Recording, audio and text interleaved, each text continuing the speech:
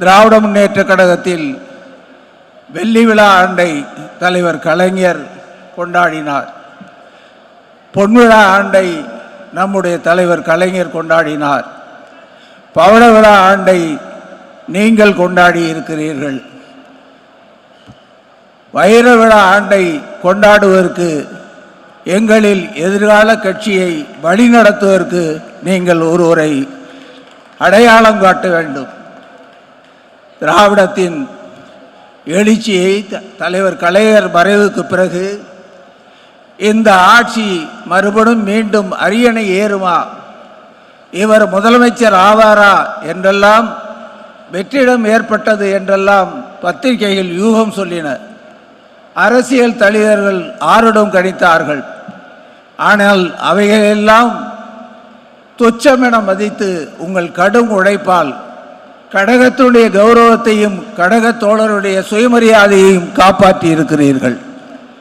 நீங்கள் நின்ற தேர்தல் மட்டுமல்ல, நீங்கள் நின்று நடத்திய எல்லா தேர்தல்களிலும் வெற்றியை தேடி குவித்து சட்டமன்றமானாலும் நாடாளுமன்றமானாலும் உள்ளாட்சி தேர்தலானாலும் 100க்கு 100 மதிப்பெண் பெற்றிருக்கிறீர்கள். நான் உங்களை கேட்டுக்கொள்வதெல்லாம், இங்கே நீங்கள் உழைத்த உழைப்புக்கு வெற்றியை தமிழ்நாட்டில் மட்டுமல்ல அகில இந்திய அரசியலில் உருவாக்கி இருக்கிறீர்கள்.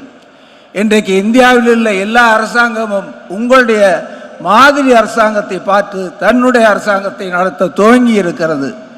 மத்திய அரசோடு சமரச போக்குகள், அவர்கள் வந்தால் சமரசம், இல்லை நம்மளோடு பாரவர்கள் யுத்தம் புரிவதென்றால் கொள்கை யுத்தத்தில் யாருக்கும் பின்வாங்காமல் நின்று இந்தியாவில் இருக்கிற எல்லா முதலமைச்சர்களுக்கும் தலைமை தாங்குகிறீர்கள். அப்படிப்பட்ட ஒரு இயக்கத்தில் கழக தொண்டன் தன்னுடைய உறுப்பினர் சீட்டையே ஒரு உயிராக கருதுகிறவன். அப்படிப்பட்ட கழக தோழனுக்கு நீங்கள் இன்றைக்கு தந்தை பெரியார் பெயரால், பேரறிஞர் அண்ணா பெயரால், தலைவர் கலைஞர் பெயரால், பாவேந்தர் பெயரால் பேராசிரியர் விருதையெல்லாம் வழங்கி இருக்கிறீர்கள். ஆனால் இந்த விருதையெல்லாம் வழங்குவதை விட உங்கள் பெயரால் இருக்கிற விருதை எனக்கு வழங்கி இருக்கிறீர்களில் என்னுடைய வாழ்நாளில் நான் செய்த மிகப்பெரிய பாக்கியம். காரணம், என்னுடைய ஒவ்வொரு சோதனையான காலகட்டத்திலும் துணை நின்று என்னை தூக்கி நிறுத்தி இருக்கிறீர்கள். 1999ஆம் ஆண்டு மீண்டும் நாடாளுமன்ற உறுப்பினர் ஆவேனா என்று என் மீது பழி சுமத்தப்பட்ட போது நீங்கள் தான் தம்பி பொய்யாமலிடத்திலே சொல்லி இந்த சங்கேதத்தை தலைவரிடத்திலே நிவர்த்தி செய்ய என்று சொன்னீர்கள். அதன் பிறகு மாவட்ட செயலாளராக்கினீர்கள், அமைச்சராக்கினீர்கள். இன்றைக்கும் என்னை உங்கள் விருது கொடுத்து பெருமைப்படுத்தி இருக்கிறீர்கள். உங்களுக்கும் கழகத்திற்கும் உழைப்பதுதான் என்னுடைய காலமெல்லாம் உள்ள பணி என்று சொல்லி கழகத்தில் தமிழகத்தில் எதிர்காலத்தில் நடைபெற வேண்டிய சட்டப்பேற வேண்டிய போர் மேகம் சூழ்ந்து விட்டது. ஒவ்வொரு நாளும் இன்று வருகிற காலங்களில் கணக்கில் கணிக்கப்பட வேண்டிய காலங்கள். தமிழ்நாட்டில் இருக்கிற அரசியல் சூழ்நிலையில் தமிழகமெங்கும் உங்களைப் போல் சுற்றி சுழன்றவர்கள். எனக்கு 9 தேர்தல்களில் தலைவரும் நீங்களும் வாய்ப்பு கொடுத்தீர்கள்.